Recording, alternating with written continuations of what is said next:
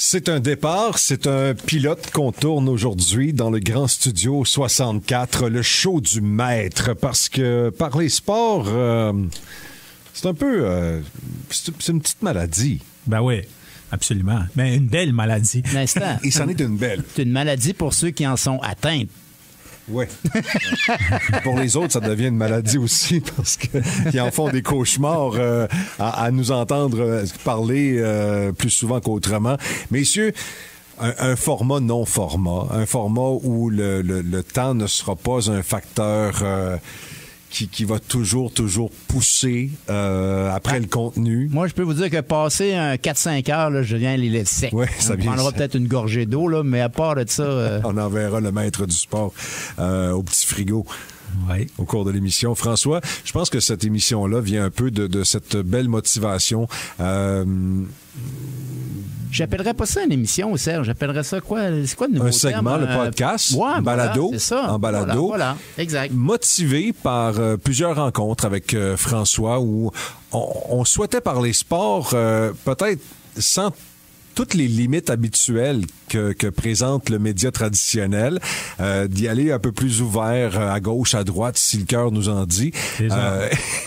Et là, je sais même pas s'il y a un menu. Ben, il y a quelque chose. Oui, on attend la livraison. Là, Uber devrait arriver avec le menu pour nous dire de quoi on doit parler.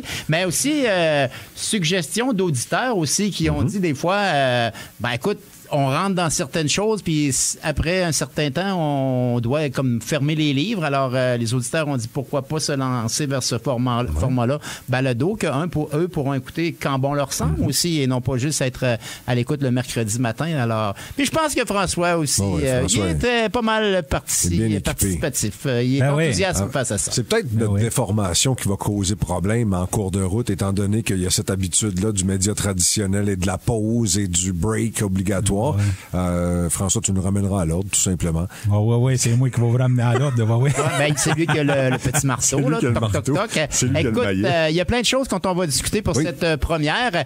François, comme bien des gens, j'ai l'impression qu'on regarde le baseball ces temps-ci. Et puis... je trouve ça incroyable ce que la pression peut faire sur des athlètes qui font des jeux de routine, 162 matchs par année. Ils arrivent en série, ils cafouillent sur des jeux de base. Ça peut-tu étouffer un athlète tant que ça? Ben oui, c'est n'importe quel humain, dans n'importe quelle profession, c'est pas obligé d'être dans le sport, mais t'as des athlètes dans le sport qui vont carburer à la pression. Quand la pression est là, ils vont élever leur jeu d'un cran. Puis là, on pense à un gars comme Patrick Roy. Patrick Roy, pendant les séries, là, dans la saison, souvent, là, il était bon, mais il laissait passer un sapin ici, puis un sapin là. Puis là, ça frustrait les gens. Mais dans les séries, quand il disait à ses coéquipiers, il n'en rentre plus un, il n'en rentrait plus. Il faisait des arrêts spectaculaires. Claude Lemieux, ça, c'en est un autre. Brad Marchand, je m'excuse. Brad Marchand, c'en est un autre. Moi, à l'époque, là, quand j'étais tout jeune, c'était John Tonelli avec les Islanders de New York. Durant la saison, c'était juste un joueur bien ordinaire. Mais dans les séries, il faisait des buts importants dans les moments importants. Il a même joué pour Coupe Canada en 83, je pense.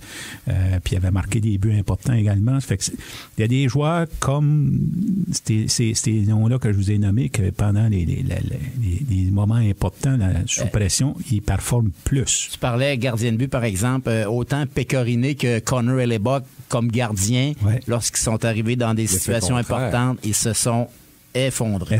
Hellebuyck, là... Rainey, c'était épouvantable, mais Hellebuyck, là, ben, il a l'année passée, dans les séries, il a été correct, là, mais l'année d'avant, puis les 2 ans avant, il s'est vraiment carrément, comme tu dis, effondré. Est-ce qu'on a besoin d'un gardien de but correct en série ou excellent? À moins d'avoir une grosse offensive qui rejette tout. Ouais, ben, disons que, par exemple, avec les Oilers d'Edmonton, c'est qu'eux autres, ils ont probablement les pires gardiens de but de la Ligue, là, qui font partie de la Ligue nationale, puis eux autres auraient juste besoin d'un gardien correct, puis ils auraient gagné au moins un des deux l'année passée ou l'année d'avant. Mais en temps normal, le gardien de but dans les séries, dans la Ligue nationale, là, il élève son jeu d'un cran, puis des fois de 2 puis de 3. Là. Bon. Ça fait que... Mais on a débuté avec le baseball. Ben oui, je sais, okay. c'est ça. Ça a tourné, ouais.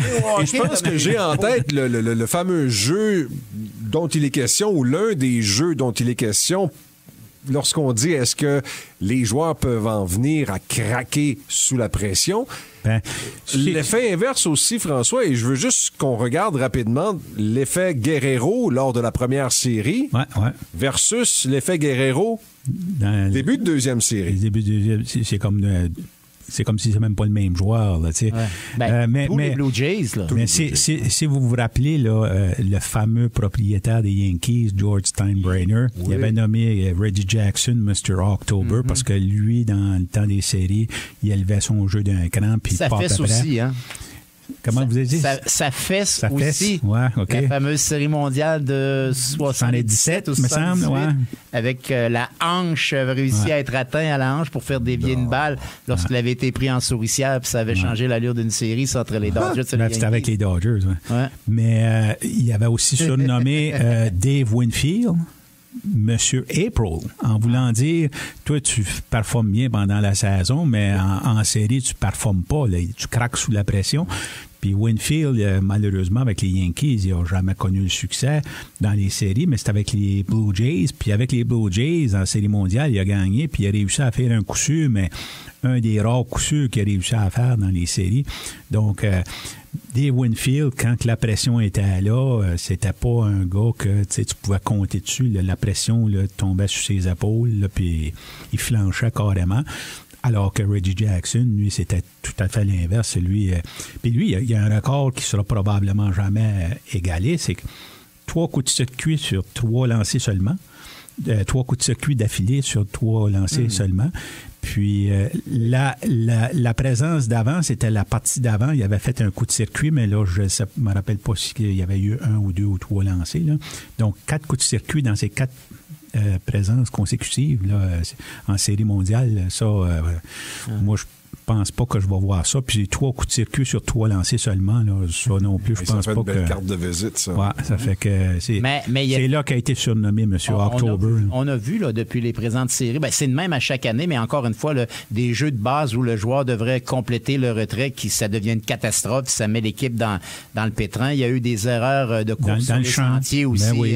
Cette semaine, les Dodgers. Vous avez ce pauvre lanceur des Phillies qui récupère un roulant puis qui tire 4 pieds à côté du receveur. Voyons donc. Peut-être dans l'année, il n'a pas eu la chance de faire ce jeu-là non plus, un jeu rapide, suppression, tiré au marbre, mais c'est justement le lanceur des Phillies, là, s'il avait manqué le receveur de 6 pouces, un pied, mais comme tu dis, il a manqué de comme 4-5 pieds. Tu dis, un enfant de 10 ans, moustique, là, je pense qu'on appelle, là, je pense qu'il aurait fait un meilleur jeu. Mais c'est ça, c'est la pression, tu veux trop bien faire, puis il y en a qui flanchent carrément sous la pression. Il y en a comme justement avec les Dodgers, Freddie Freeman, il a bien performé encore, il a bien performé alors qu'il jouait avec les Braves d'Atlanta, il a bien performé les années passées dans les séries avec les Dodgers, puis là, il a encore performé hier soir contre les Brewers. Fait que ça, c'est un gars qui a du sang canadien. Oui, c'est ça. Mais c'est un gars qui, lui, pendant les moments de pression, il performe, alors que d'autres, c'est difficile. Puis Guerrero, je ne mettrais pas un X, là.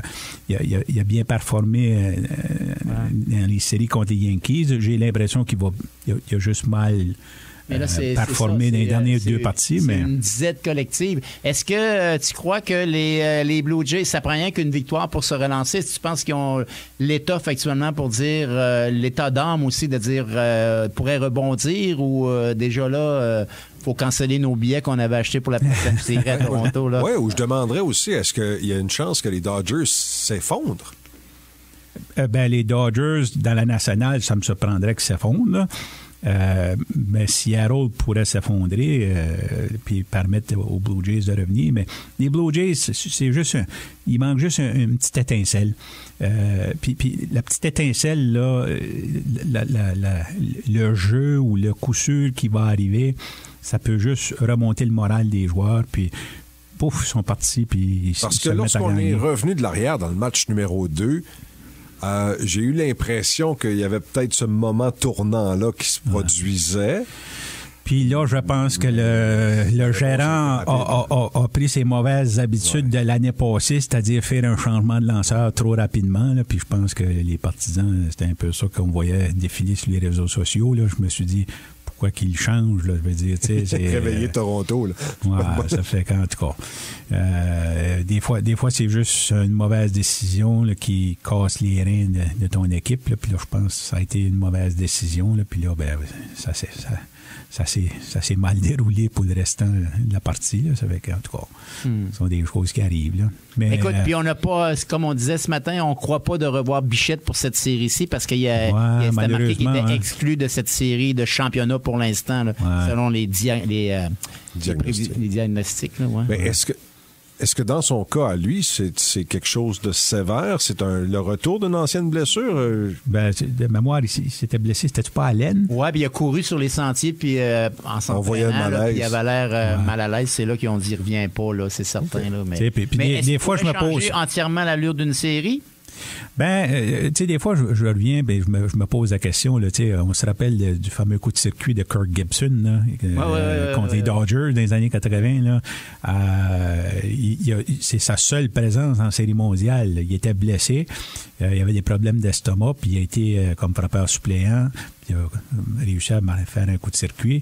Puis il n'a pas joué le restant de la Série mondiale, mais son coup de circuit, ça l'a ravivé l'espoir chez les Dodgers parce qu'à l'époque, il jouait contre la puissance des A's d'Oakland avec Mark McGwire, puis Ken Seiko, puis Steinbeck, puis tous ces joueurs-là. Puis le releveur numéro 1 à l'époque, c'était Dennis Eckersley, qui était pratiquement intouchable, un peu comme Eric Gagné est devenu pendant quelques saisons avec les Dodgers.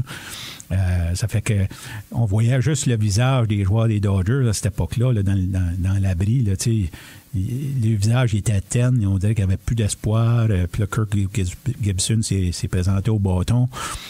Le visage n'avait pas changé, mais quand il a frappé le coup de circuit, là, c'était l'euphorie. Puis là, la confiance que ça leur a donnée à l'équipe. Puis Kirk Gibson n'a pu jouer, là. Hey. Mais la confiance que ça a donné à l'équipe en voulant dire on peut les battre, ces joueurs-là. Il était tellement mal en point que c'est le seul joueur qu'on a permis d'utiliser un petit card pour faire le tour des buts. Non, il fait des folies. mais quand il boitait, puis il avait le bras dans les airs. Je me souviens, j'avais un T-shirt, puis c'était ça, la manchette principale. C'était comme une page de journal, puis on le voyait pas sur le chandail, mais à la télévision, là, il boitait, puis il avait levé le bras dans les airs pour dire, tu sais, on vient d'en avoir une. Là, mais... puis juste avant d'aller au bâton, là, il avait été malade dans le vestiaire. Il avait avait des problèmes d'estomac. Quand ce qui est arrivé au marbre, les joueurs l'ont tout grabé là, en bon braillon. Là. Puis à un moment donné, il disait « Lâchez-moi, je vais être malade. » Puis lui, s'il voulait s'en aller au vestiaire, il ne voulait pas parler aux journalistes, rien. Il était pour être malade encore. Il était vraiment mal en point. Là. Puis, mais juste un petit déclic, hein? Parce que les Dodgers, pour eux autres, là, ils faisaient face à une puissance. Ils se sentaient battus d'avance. Puis ce coup de circuit-là a tout changé le momentum. Puis là, c'est les Dodgers qui ont pris le dessus mentalement. Ouais. Donc, les Blue Jays, ça peut arriver la même chose. Ouais. Si ils battent les Mariners de Seattle à Seattle, une partie, ça peut changer tout le momentum. Il y a encore 2 chances pour eux. Je voyais au petit écran passer que je crois que c'est arrivé 5 fois dans l'histoire des finales de division là, qu'une équipe a tiré du retard 0-2 pour finalement s'en sortir. Donc, seulement 3 fois quand on a perdu les 2 premiers matchs à domicile. Ouais. Donc, c'est vraiment... Les statistiques là sont pas en leur faveur. Mais, non, mais ça, c'est rien que des chiffres. C'est rien que des chiffres, mais comme je dis... ça prend juste la prochaine victoire. Puis il faut que les joueurs mettent les défaites dans le petit poche en arrière, puis ils pensent juste à la prochaine partie. Puis c'est là que j'espère qu'un gars comme Scherzer, là, qui a été cherché le lanceur, c'est là que j'espère que lui, dans le vestiaire, tu sais, qu'il va pepper les gars puis les ramener. Là, tu sais, ça fait que tout est possible. Est-ce qu'on fait un saut dans un autre sport que tu aimes bien, le hockey aussi? Donc, le CH, ça commence tranquillement, là, mais... ça commence bien. Là, les crayons sont sortis, là, puis là, il y a peut-être des joueurs qui auront pu... ils vont avoir la tête à pouvoir se concentrer davantage sur le hockey, là, parce que là, Lane Hudson... il a signé son contrat. Il vient de s'en mettre un peu dans la petite poche en arrière, là. Ouais. C'était à prévoir le montant, là. C'était à prévoir. Il y en a qui pensaient un petit peu plus, il y en a qui pensaient un petit peu moins, mais d'autres, on pas tombé en bas de notre chaise avec le genre de contrat qu'il y a eu. Si on se fie à ce qui a été signé ailleurs, puis je voyais RDS mardi matin qui titrait Hudson a signé pour moins de 9 millions, mais qui a signé 8 points quelque chose ou 9. Rendu là, c'est des grenouilles, là. Fait un titre un peu à la négative, là, mais rendu là. Ouais. Puis, tu sais, il y a tout un aspect, là, tu sais, de négociation, là. Puis là, c'est qu'ils sont en train de sortir les avantages pour des joueurs américains qui jouent au Canada. Au niveau fiscal, finalement, ils ne sont pas si désavantagés. Ils sont désavantagés par rapport aux équipes de la Floride qui ont 0 impôt. Puis, c'était quoi, le Nashville, puis Dallas, qui ont 0 impôt. Ils sont désavantagés par rapport à eux autres, mais ils ne sont pas si désavantagés que ça par rapport aux autres marchés américains, puis même sont mieux que New York ou Los Angeles. Donc, le fait qu'il a signé ce montant-là conduit à rabais. Rabais? Non, ceux-là qui disent qu'il aurait pu avoir 9 points quelques millions. Écoutez, là, on a signé, il y a des joueurs, il y a des jeunes défenseurs qui ont signé à des salaires plus élevés sans remporter le Calder. Ben oui. Donc, aujourd'hui, de dire et de le regarder avec peut-être ses yeux d'exagération du partisan du Canadien, ça peut sembler un peu hautain de dire qu'il aurait pu accepter, mais en même temps, si d'autres l'ont fait avant lui, sans remporter le Calder, il aurait très bien pu l'accepter, ou l'exiger, ce fameux 12 millions du Canadien. Ouais, mais c'est toute une question de négociation. Puis au début, lui, il voulait un contrat de 6 ans, apparemment, au lieu de 8 ans. La direction voulait lui offrir 8 ans. Fait que probablement qu'il a mis de l'eau dans son vin, puis la direction a mis de l'eau dans son vin, puis ils sont arrivés à ce contrat-là avec une entente qui satisfaisait les deux parties, là.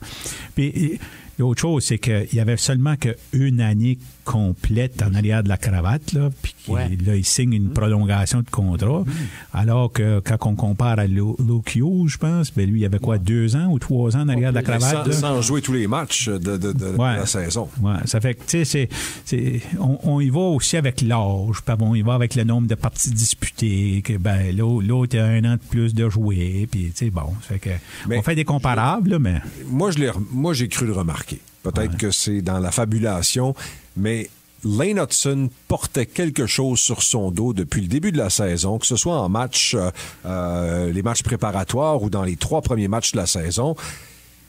Une certaine légèreté qu'on lui retrouvait l'an dernier n'avait pas suivi cette saison.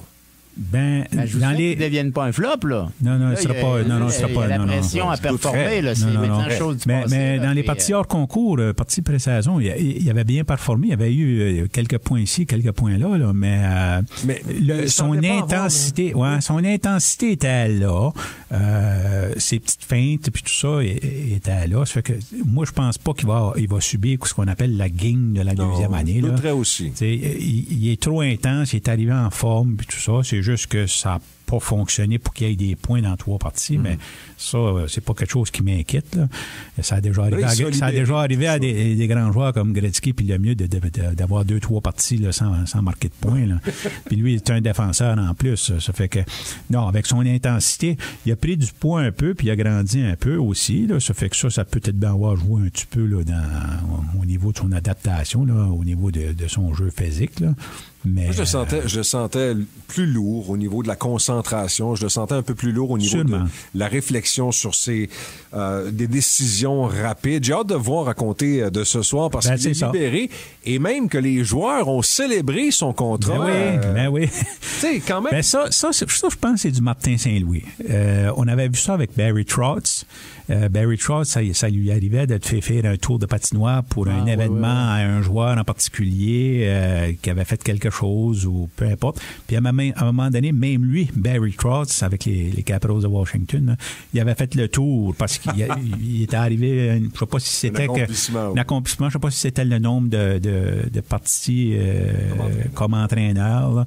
Donc là, je pense Martin Saint-Louis, je pense, fait un peu la même chose. Fait que là, c'est la nouvelle du jour, c'est Lane Hudson, mais on va lui faire un tour d'honneur, puis son tour, il l'a fait à pleine vitesse, puis là, ils ont tous été le voir dans le coin de la patinoire, puis il frappait, il était tout content pour lui. Ça fait que ça met de l'ambiance, puis ça crée un esprit de famille, puis ça, c'est important en plein, là, un esprit de famille au niveau des sports. Ça veut dire que le prochain voyage sur la route, c'est lui qui paye la facture comme... bonne chose. Je m'en allais dire dîner des recrues, mais il a passé ça à cette heure. Puis ça, je ne veux pas partir de rumeurs là-dessus, mais il y a des joueurs qui sont gratuits, là, comme pas à peu près. Là, ça fait que je suis pas convaincu que... Est-ce qu'on a du insider? Non, là-dessus, je n'ai pas rien entendu, là, mais on va finir par en entendre parler. Il y a des joueurs qui dénoncent les coéquipiers en face des fois. Là. Moi, François, je meurs d'envie d'entendre Gilles Duval sur Zachary Bolduc. Qu'est-ce que je vous ai dit l'année passée? L'année passée, c'était un gars... il est 40 buts. Oui, mais même cette année, je vous l'ai dit, il va devenir un marqueur de 30-40 buts assez aisément. Là, on est rendu à 50 puis peut-être 82 parce qu'il y en a 3 en 3. Alors, regardez jouer. Est-ce qu'on... J'ai pas eu la chance de voir les matchs du CH jusqu'à présent, là. Mais c'est une valeur sûre. Moi, je pense ce gars-là a sa place dans un alignement. Quand Gilles avait dit ça ce printemps, là, que c'était wow, là, c'est probablement un futur joueur de 40 buts, là, j'avais dit, pas cette année, mais oui, possiblement. Mais là, la façon qu'il joue, là, je me dis, peut-être bien qu'il va le faire son 40 buts cette année. Moi, j'ai suivi la fin de saison à Saint-Louis. Je trouvais qu'il avait bien fait. Dans les pôles de hockey, je l'ai pris parce que je me suis dit, il va peut-être produire. Mais quand il était envoyé au CH, je vous l'ai dit, il va devenir... je suis capable de reconnaître ça, là. En début de saison... Parce qu'il vient d'un autre club. S'il avait été formé dans l'entourage du Canadien, probablement qu'il n'aurait jamais atteint ce... Ben non, on aurait voulu qu'il fasse un jeu défensif, qu'il apprenne son jeu défensif avant. Mais au début de la saison 2024, messieurs, Zachary Bolduc, ça allume pas beaucoup de lumière. Non, je pense qu'il est arrivé peut-être s'il n'est pas arrivé en milieu de saison, il n'a peut-être pas commencé la campagne avec les Blues. Son début de saison avec les Blues n'a pas été comme flamboyant. Là. C'est vraiment après la Coupe des 4 Nations que là, il a explosé. Sans avoir joué là-dedans. Oui, puis sans avoir joué là-dedans, justement, mais il a réussi à marquer 11 buts en 19 parties, quelque chose du genre. Là. Puis c'est là que ça l'a tout réveillé. Nous autres, on est des francophones, les joueurs du Québec, souvent on les entend plus, on les voit plus. Celui-là, il était complètement hors radar. Hors radar dans un sens. Avec les remparts, c'est sûr qu'il venait de bien faire. Là, il venait de remporter le gros trophée, là, une ou deux saisons avant. C'est ça, là. Avec Patrick Roy comme entraîneur. Ouais. Mais tu sais, c'est la Ligue junior majeure maritime Québec aujourd'hui, là, mais ça, comment je dirais ça, le niveau du jeu a tellement diminué dans les derniers 20-30 ans que les espoirs, tu sais, à un moment donné, il y a des années en première ronde, il n'y a aucun des joueurs de provenant de cette ligue-là qui a été repêché. Quand il y en a 1, 2, c'est beau.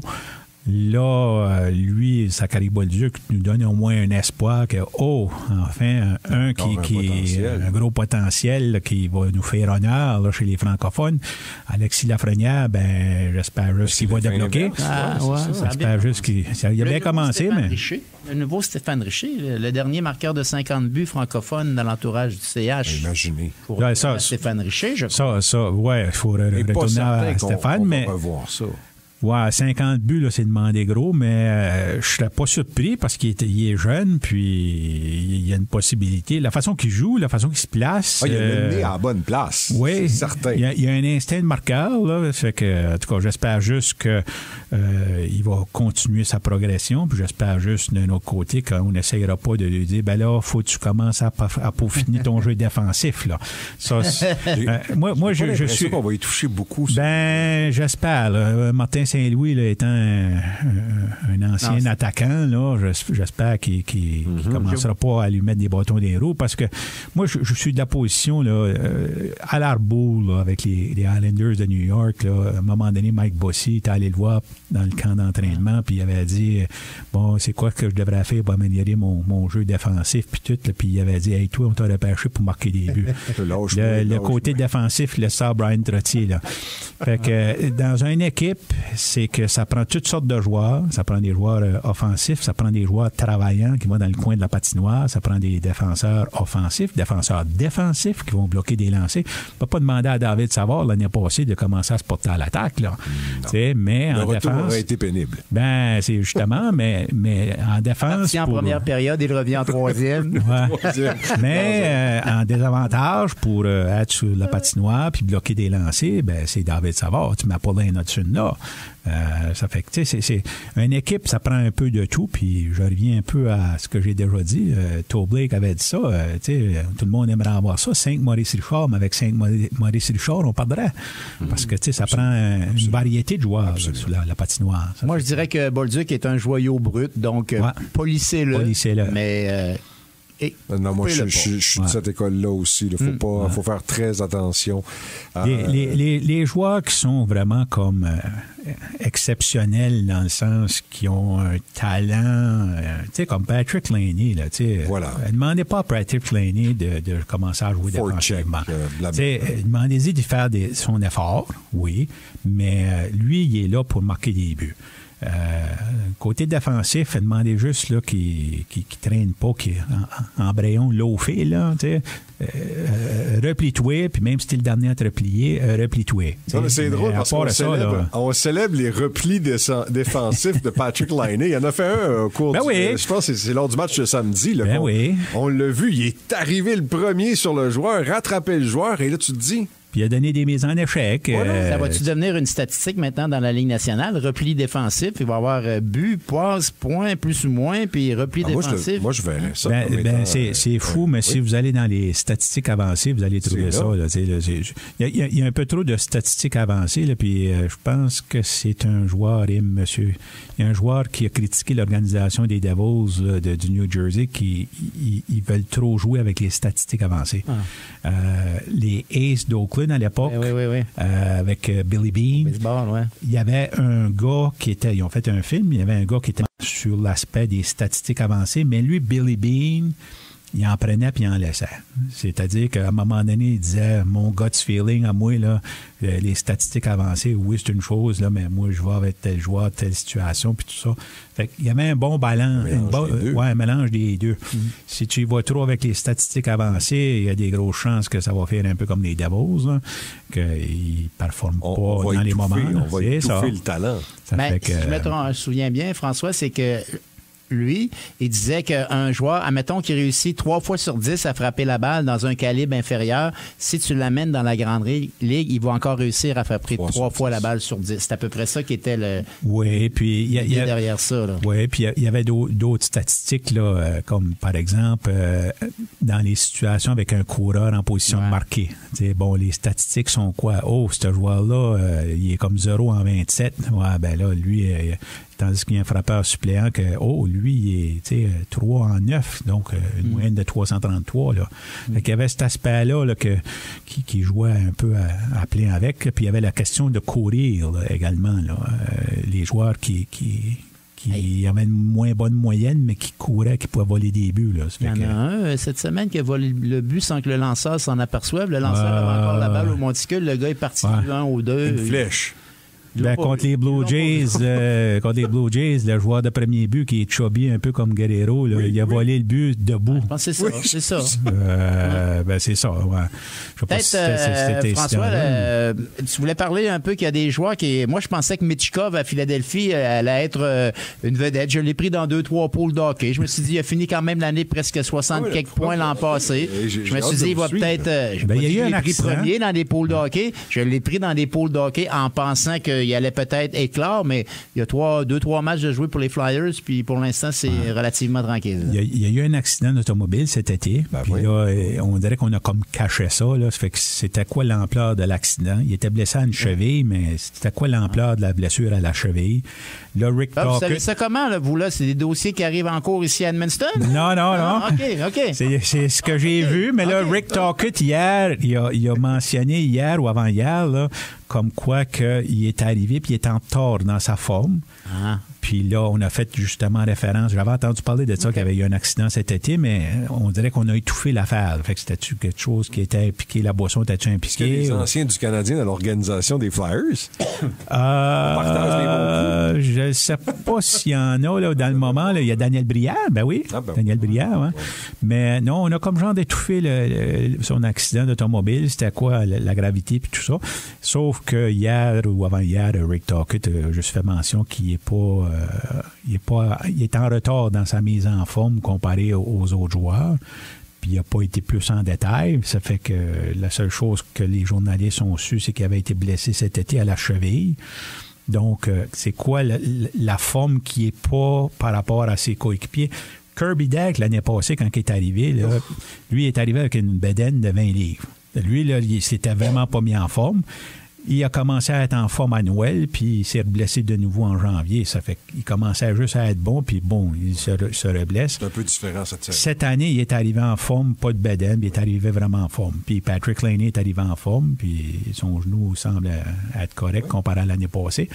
Donc, c'est juste pour dire que il y a l'importance de l'entraînement aussi là, par rapport à des athlètes comme les athlètes pour le hockey, ben, l'été, il faut qu'ils s'entraînent. Puis les athlètes de baseball, ben, l'hiver, il faut qu'ils s'entraînent. Tu sais, là. Ça fait que. Puis présentement, ben, pour changer peut-être un peu de sujet, là, c'est que j'avais parlé, là, j'avais envoyé un petit texte à Gilles, là, Summer McIntosh, elle ne pourra pas participer au championnat mondial parce qu'elle a une maladie, mais là, c'est-tu un rhume, c'est une grippe, c'est quoi? Qu'est-ce qu'elle a? Je ne sais pas, là. Puis là, elle est déçue parce que le championnat du monde, il y avait une partie qui se déroulait à Toronto, donc chez elle, et au Texas, puis à une autre place. Je pense que c'est à 3 endroits. Ça fait qu'elle ne pourra pas y participer. J'ai l'impression que c'est quelque chose comme une grippe ou un rhume. Puis là, on s'entend que la natation, faut que tes poumons s'aillent à 100%. Là. Dire, si tu as une grippe ou un rhume à ce niveau-là, là, même si tu es un des meilleurs ou une des meilleures au monde, si tu ne peux pas performer à 97-90% et plus, là, oublie ça. Là. Mais est-ce que stratégiquement parlant, ce serait pour protéger Summer en vue des prochains grands jeux? Ou? Non, je pense que c'est juste que probablement là, que aller compétitionner puis finir proche d'un dernier, là, ça valait vraiment pas la peine. Là, là, ça fait que c'est juste, j'aimerais juste savoir c'est quoi l'ampleur de sa maladie. C'est-tu une pneumonie, une bronchite, la grippe, un rhume, c'est quoi? Ou bien non, c'est une autre maladie plus sérieuse, je ne sais pas. On va finir par le savoir, mais c'est que on peut oublier là, l'époque des années 50-60 que les joueurs ou les athlètes pouvaient jouer avec une bonne grippe ou un rhume, une blessure. T'sais, aujourd'hui, là... avoir déménagé dans l'après-midi. Il serait trop simple de prendre un athlète de peut-être d'arrière-banc avec un rhume, puis par la suite s'assurer que ceux en tête de peloton vont finir le tournoi bien amoché et là peut-être prendre le dernier puis le faire passer en avant. Là. Mais tu sais, on a déjà vu des joueurs de hockey jouer avec une fracture de la cheville. Là. C'était quoi, George Armstrong avec les Maple Leafs là, à l'époque, puis les Canadiens, il y en avait un. Aujourd'hui, oublie ça. Le hockey bat trop vite, puis même si on... même si on gèle la cheville de l'athlète, là, le jeu est rendu trop vite, là, oublions ça. Là. Fait qu'aujourd'hui, les athlètes, il faut qu'ils soient à 100% ou à 95%, 100%, là, mais en bas de ça, là, oubliez ça. Là. J'avoue que je suis allé faire un peu de recherche, parce que quand vous avez dit Daniel Brière de la famille du Canadien, là, j'ai commis un blanc de mémoire, puis il a vraiment joué une saison. Une saison. Vous en rappelez pas? C'est assez pour apprendre. Vous vous rappelez pas de son gros conflit avec Michel Therrien, puis il en a parlé dans son livre. Parce que des fois, je vois dépasser des images de Doug Gilmour, puis je me dis non, je veux pas qu'il ait joué pour le Canadien, mais il a vraiment joué pour le Canadien. C'est agréable aussi, ce passage-là de Doug Gilmour. Bien sûr. Ils l'ont fait jouer, lui, puis Andy Moog, là, quelques anciens comme ça. Là, on est allé les chercher un peu pour l'expérience, puis c'était pas... de Pinot, ça, ou Savard? Oh boy, je crois que Doug Gilmour, c'était un de Régent Hall, je pense. Là, mais... Je veux juste enlever ça de mon idée. Il n'a pas joué pour le Canada. Hey, messieurs, il avait fracassé une baie vitrée en fermant le bas des pénalités. C'est comme il y avait je crois qu'il y allait au banc, il sortait du banc, il avait juste poussé à la porte de rien du tout, puis ça avait éclaté. Peut-être des nouveaux chandails par les équipes de la LNH. On a vu quelques-uns qui ont modifié un peu ça. Je sais pas si c'est pour la saison ou ce sera dorénavant, mais les Blues de Saint-Louis, c'est différent. Les Hawks ont mis un petit peu de jaune alentour des numéros. Je trouve ça beau. Et le F aussi apparu sur les chandails. C'est beau. Les Red Wings de Détroit aussi. Le F? Oui, pour la nouvelle compagnie. OK, le Fanatic, là, ouais. Ben, tu sais, les changements comme justement les Blues de Saint-Louis, là, tu sais, faut le remarquer là, pour le voir qu'il y a un changement. Là, comme le Canadien, à un moment donné, on avait changé un petit peu. Le CH, là, on l'avait changé un petit peu, là, mais il n'y a pas des gros changements. Là, mais c'est toute une question de marketing. Hein. Les nouveaux chandails, ils savent qu'il y a des gens qui vont acheter. Parce que là, on est en fête cette année. 15e des Jets à Winnipeg, 25e du Blue Jackets à Columbus et 100e des Hawks de Chicago. Donc, fête en grand, là. Oui, c'est ça. Ça fait que... Mais c'est toutes des occasions, c'est toute une question de marketing, publicité. Hein. On veut vendre de la marchandise autant que possible, parlant bien, parlant mal. Ils doivent traverser cette étape, cette dure étape du 100e. Là. Ça semble pas porter fruit. Oui, puis ils sont en reconstruction. Inquiétez-vous pas, là. Ils sont en reconstruction. Là. C'est un peu comme le 100e des Canadiens. C'est épouvantable comme saison. Avec Carey Price, puis c'est à peu près tout. Là, ouais. Ça, c'est l'année avec Gomez, Gionta et Alouette. Là. Ouais, ça fait que... Oh là là. En tout cas, ça fait que c'est pas mal ça. Messieurs, il y aura plein de choses à suivre. Ouais, je voulais juste terminer un segment que je parlais hors d'onde avec Serge ce matin. David Pasternak. Oui. Cette semaine, lundi, j'ai profité de l'après-midi de congé pour écouter le match entre Tampa Bay et Boston. En fin de match, les Bruins perdent 4-3. On envoie Pasternak. Il est sur la glace. À un moment donné, il y a une descente à joueur adversaire. Il est le seul en défensive parce qu'il jouait comme à la pointe. Et puis là, il s'est positionné comme un gardien de but à l'époque. Puis le gars fait un lancer que c'est lui-même qui l'a bloqué. Ouais. Il se relève, il remonte à l'autre bout. Il a pris un tir frappé qui a failli déjouer le gardien de but. Ça a arrêté. Ça aurait été 4-4. On redescend 2 contre 1. Et puis là, il a enligné Kucherov. J'ai pas revu la reprise de ça. J'aurais aimé voir. Il est parti, là, puis il l'a ramassé solide. Là. Moi, je dis tout le temps, il l'a fendu en 2. Puis Kucherov en a perdu la rondelle, qu'il n'a jamais pu compléter la passe à l'autre bord. Donc, il n'y a pas eu de but non plus parce qu'il venait de le sortir, l'éliminer. Donc, tout ça, c'est en l'espace de... En 35 à une seconde à 1 minute, là. C'est quand tu dis que le gars, ça. C'était une présence pratiquement des frères Hanson de Slapshot. On dirait qu'il avait tout fait sur cette présence-là. Mais Pasternak... Quelle comparaison. Je vais appeler les frères Hanson pour le dire. Il y a quelqu'un ici qui vous compare Non, mais Pasternak, c'est comme le seul gros joueur qui reste là. Avec Swayman, Koussa.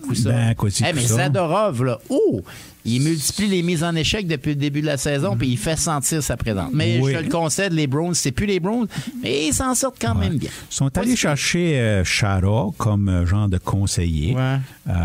Mais les Browns, ils vont traverser une petite période d'ajustement. Une longue période. Il y a un nommé Geeky là, qui pourrait faire un joueur potentiellement. La seule chose, c'est l'attitude des gens dans la région de Boston. Les joueurs, on dirait, qui élèvent le jeu d'un cran. C'est ça, des travailleurs. Des casques jaunes. Ça fait que les Bruins ne finiront pas, selon moi, dans le bas de la cave. Mais ils risquent de rater les séries, mais finir dans le bas de la cave, là, ça serait quasiment impensable d'une équipe sportive dans la région de Boston, finir dans le bas de la cave. Tu ne verras pas ça des Red Sox, tu ne verras pas ça des Bruins, tu ne verras pas ça des Celtics ou des Patriots qui jouent pratiquement à côté de Boston. Là. C'est dans l'ADN. C'est dans l'ADN, dans la culture des gens. Tu te déménages en région de Boston, là, on dirait que la mentalité de la région des gens de Boston, là, d'être des travailleurs, on dirait que ça l'imprègne les sportifs professionnels, puis on dirait que c'est impossible de voir ça. Tout est possible, par exemple, mais moi, je m'attends pas pour voir les Bruins faire des séries cette année, mais ils vont toujours être une équipe travaillante pour donner du fil à retordre à chacun de leurs adversaires. Parce que pour le bien du spectacle, là, on veut que Boston soit compétitif. Ben oui. Les 6 équipes originales, là, c'est toujours plaisant de les voir faire les séries. Là. Fait que peu importe. Là, et n'est-ce pas pour cette équipe que vous avez joué un match au Centre Jardin? Oui, j'ai joué avec Raymond Bourque. Voilà, donc, j'ai mis un chandail. Le dans le cœur, c'est un ouvrier. C'est ça. Il est dans la famille des Bruins. Les Bruins, je les ai jamais aimés. Mais Raymond Bourque, je pouvais pas ne pas l'aimer. Puis après ça, il y a eu Patrice Bergeron. Hein? Ça fait que j'ai été pendant 30-40 ans que j'avais pas le choix de respecter les Bruins. Cam Neely, je le détestais, mais quand Ulf Samuelsson l'avait blessé au genou, un coup vicieux. Tu as réalisé à quel point que tu le détestais pas tant que ça. Ben, puis c'est que qu'est-ce qu'on veut, nous autres, les amateurs? C'est qu'on veut voir le meilleur produit. Puis Cam Neely était un poison pour Montréal. C'était un marqueur naturel en avant des buts. C'était la bête noire à Patrick Roy. Puis quand tu regardes ce qu'il a accompli comme joueur, il avait réussi à marquer 50 buts en 48 ou 49 parties, mais il en avait peut-être manqué une dizaine là, en raison de sa blessure au genou. Donc, tu sais, le joueur était toute une pièce d'homme, ça, là, Cam Neely, là, c'était un monsieur, ça, là. Cam. Tu pilais pas ça, c'est gros orteils, là. Le fameux duo Adam Oates et Cam Neely, c'était quelque chose. Ouais. Mais moi, j'aimais les Browns, mais j'aimais plus les Jay Miller, Gord Kruzak, Brian Curran, Lyndon Byers, Terry O'Reilly, Stan the Man Jonathan. J'aimais ça. Mais toi, juste pour sortir Stan the Man. Mais toi, comparé à moi, puis Serge, c'est que toi, tu as pu apprécier Bobby Orr puis Phil Esposito. Là. Un petit peu, pas beaucoup, là, mais ouais. Nous autres, on n'a pas pu... Les premiers matchs que je me souviens, là, c'est les années 70. Canadien Blues, la finale de la Coupe Stanley, là, c'est comme les premiers matchs que je me souviens, puis 500e de Jean Béliveau. Ça, je me souviens d'avoir vu ça à la TV aussi, un mercredi soir, contre les North Stars. Quand même, Luc, question pour Maître du sport. Premier invité en studio de l'émission, de l'histoire de l'émission. Avez-vous les résultats des petites quilles? Avez-vous les résultats des petites quilles? Et voilà. On n'aura pas la réponse à ça. Messieurs, c'est ce qui va conclure ce premier podcast pour lequel on n'a pas encore identifié un titre. Ben, OK. Habituellement, les gens vont identifier le titre et après lancer l'émission. Nous, on part l'émission. Il me semble que ton titre parle par lui-même. Il y avait une chronique qui existait sur les ondes de la radio avec le maître du sport. Moi, j'ai écrit le pilote le show du maître. Ah bon. Eh bien. C'est vous autres qui êtes connaissants. Coupable ou non coupable. Et on termine ça comme ça d'une fois à l'autre. Chose certaine, on aura du baseball à se mettre sous la dent dans la prochaine semaine. Il y aura pas mal de hockey aussi. Hein, ça va la première partie des Canadiens ce soir. Oui, on me siffle à l'oreille aussi pour ne pas oublier les petites quilles. Les petites quilles. Oui, s'il vous plaît, ajoutez la pétanque à Saint-Léonard, on a fait un terrain pour la pétanque. Oui. Vallée des Rivières, Sainte-Anne. J'ai comme l'impression que la semaine prochaine, Luc Ouellet sera en relève à l'animation de cette émission podcast. Là. Oui, un spécial petite quille. Un spécial petite quille avec description de play-by-play. Tout le tralala sera là. Merci François Poitras, encore une fois, maître du sport ici à Frontières FM. Merci Gilles Duval, homme à l'information de Frontières FM. Et cette production n'a pour but que de s'amuser à jaser de ce qui nous passionne. Oui, et s'il y avait, comme disait à l'émission, s'il y avait toute ressemblance avec réalité n'était que... Ce n'est que votre imagination qui vous joue des tours. C'est ça. Merci, messieurs. À la semaine prochaine. Salut.